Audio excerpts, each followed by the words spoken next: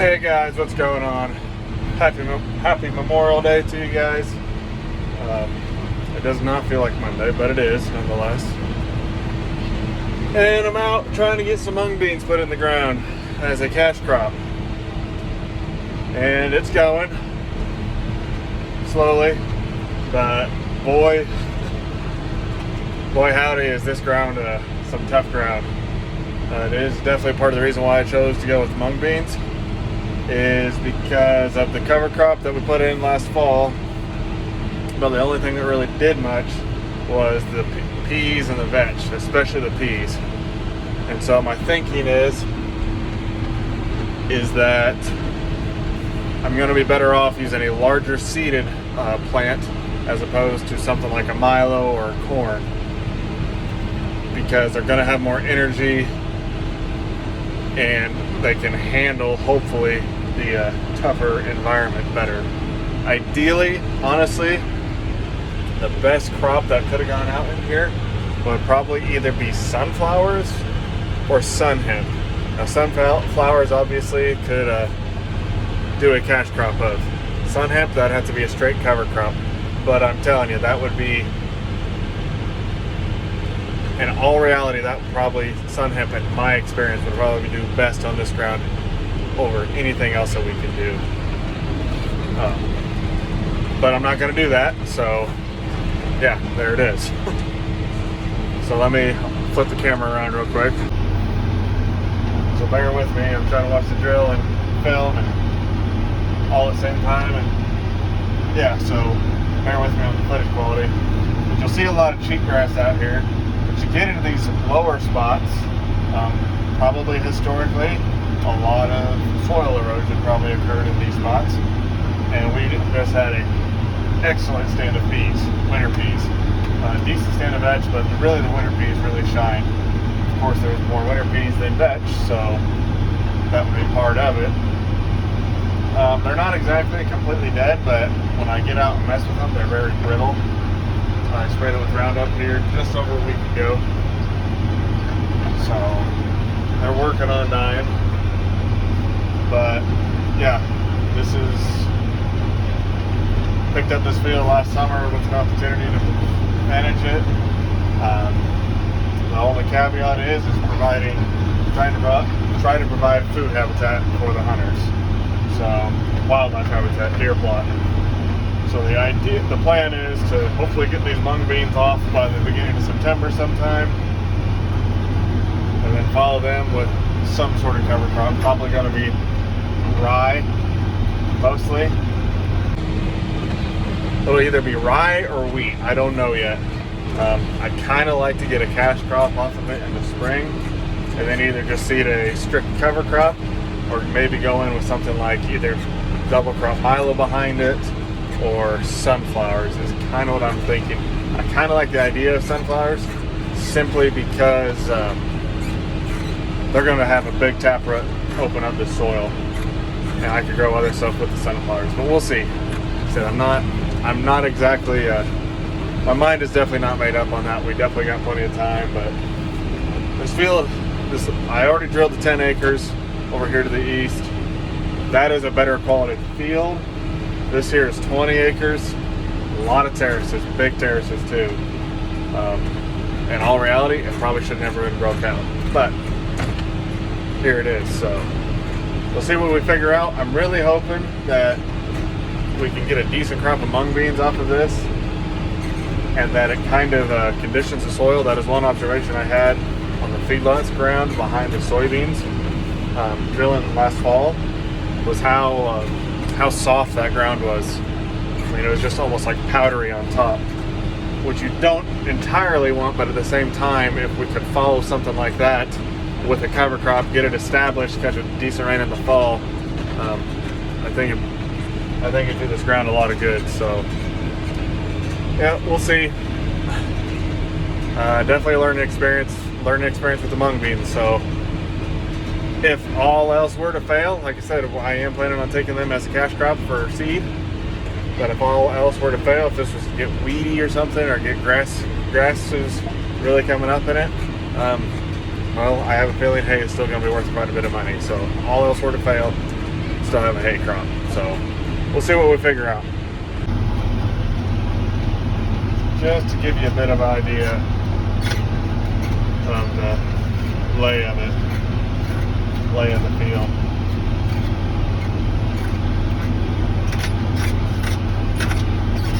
I wanted to spray the grass out a touch sooner. Just didn't have time. This field is not exactly close to home. But at the same time, I wanted the grass to grow so we can have some semblance of a little bit of armor on the soil instead of so much bare ground. So we're going to have a hell of a cheatgrass seed bank here, but I think if we could, we'll see. Like, it'll be interesting to see in the fall. If nothing else, after the mung beans were to come off, if we were to get a rain, I could hold off on drilling and then let the cheatgrass get sprouted maybe, and then come and spray just the grasses out. Because I don't, that is one thing where this ground had not been farmed for a couple of years. There's like no pigweeds, so to speak of, and hardly any broadleaves even to speak of. It is mostly grasses. So that isn't a horrible thing. And another reason why I chose the mung beans was because they are better suited to low fertility soil. So again, it might be a total flop. I hope not. I hope we got chances of rain. So I really want to get these in the ground so that they can get up and get going before anything else tries to start coming back. So we should just be about halfway done. Not quite, but we're just about halfway done with this field. So if we flip around. So this part of the field over here is by far the poorest quality soil, or dirt, because it is not soil. It has been eroded over the years. I don't know how long these terraces have been in here. I do know that historically the only crops that were grown on this were wheat and milo, according to FSA. Don't mind the sprayer skips. But I just want to be clear on something. This part of the field that I'm on right now, it's not poor quality dirt because it's just inherently poor quality. It's poor quality because of, well, poor management, frankly, from years of tillage. I'm sure years before it was ever had milo on it, I would almost bet money it was wheat on wheat on wheat on wheat on wheat. And so terraces might have been put in, I don't know, let's just say in the 2000s or 90s, but that would have been after years of conventional tillage and all the good stuff essentially eroding away. Sorry, I had to turn around there. But so it has nothing to do with, well, that's just how the soil is here. I'm not saying it would have been great soil, but I can guarantee you if you were to go beyond the field into the pasture and dig, you're not going to find it's the same type of soil. Just not going to happen, because this soil compared to the other field, which is not near as steep, don't have the same soil type. I mean, they just don't. This is much more degraded, much steeper. I wouldn't say that they had to have the terraces, but they had to have the terraces for doing conventional tillage. With no-till, if you were actually to have this in the system, get it in the system for a while, you could probably come in and take out at least half of these terraces, or definitely knock the tops off, make it so that it's not quite so extreme, because it sucks. It sucks riding the tractor out on this crap. That is for darn sure. It's rough on a guy's back. So yeah, because you get down to the bottom, oh yeah, it's nice. And there's actually moisture, and I actually rutted it up spraying. I didn't even realize it because I never worked it. This ground hasn't been worked for, I guess, 3 years now. Gonna be 3 years. And I was driving through a hell of a crop, hell of a stand of peas and veg, and I never even come close to getting stuck. I never even seen mud on the tires. So, you know, that living root and allowing it to try and get some structure built into it, it starts to make an impact quick. Hey guys, next day. I did get done drilling the mung beans without any problems. Ended up having plenty of seed. Well, I guess I want to say plenty of seed. I did back it down like just a touch at the end. And maybe if I wanted to, I would have been all right, but I would have hated to run out being 10 miles away from home. So I did get done. I don't know that I said yesterday, but a big thanks to Soil Pro Seed for setting me up with the mung beans and giving me the opportunity to grow different crop as a cash crop. So I've been talking to Bryce Custer for a little while about doing something with him. We settled on mung beans instead of buckwheat. A lot of it just because it was so dry. So now we just need it to rain. We got a good chance of rain this week. Well, a decent chance anyway. We'll see. We had like 30 hundreds in town on Sunday, but we had nothing out at the field, so that's why I was able to drill. I wanted to show real quick out here on the sheep, turning around. So this is the paddock that they were just in. This is stuff that was drilled in this spring, and holy cow, are we dry. I don't have my good shovel, so I really can't get it in the ground, but you can see still got good smell to it, but just not a whole lot of moisture.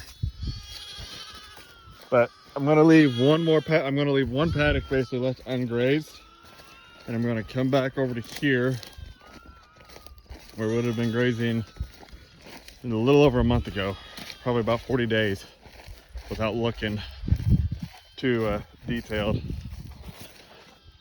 We're gonna come through this rye, but if you look in between the rows, it's actually pretty clean.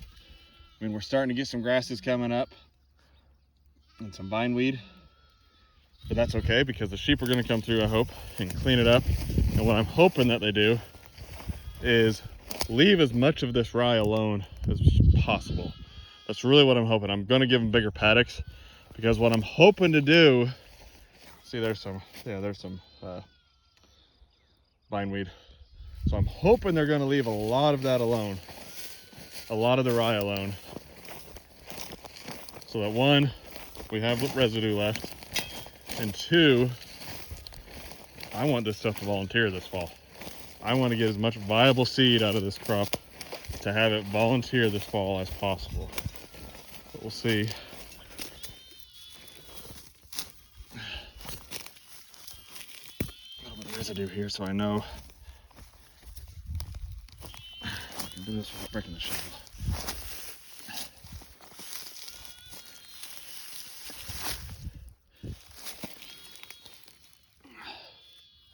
So we got lots of I'm guessing all these are worm channels, wormholes. It breaks up pretty nice considering how dry we are. And it ain't just one giant clod.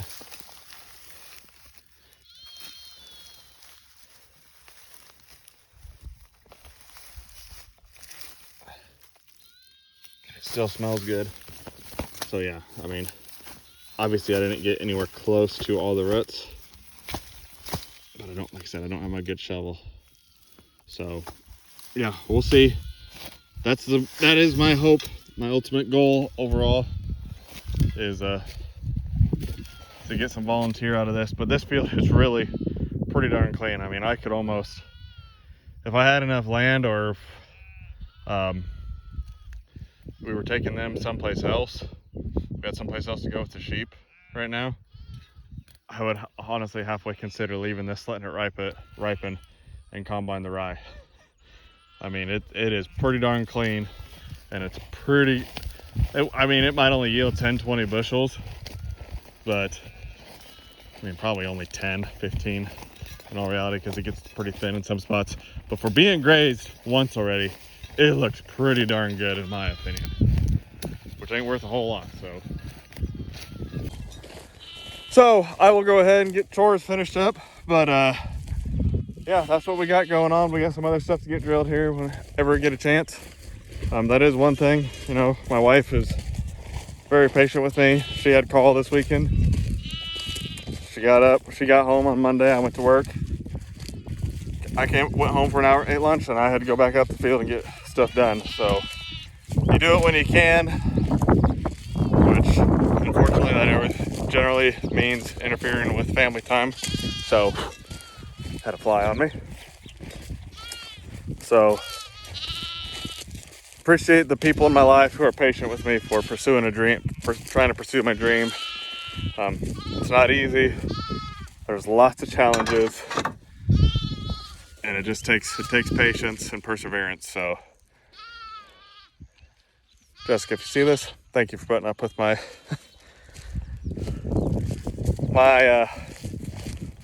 the wild hairs I get now and then. So, with that, guys, I'm gonna get finished up here. So, thanks for watching as always.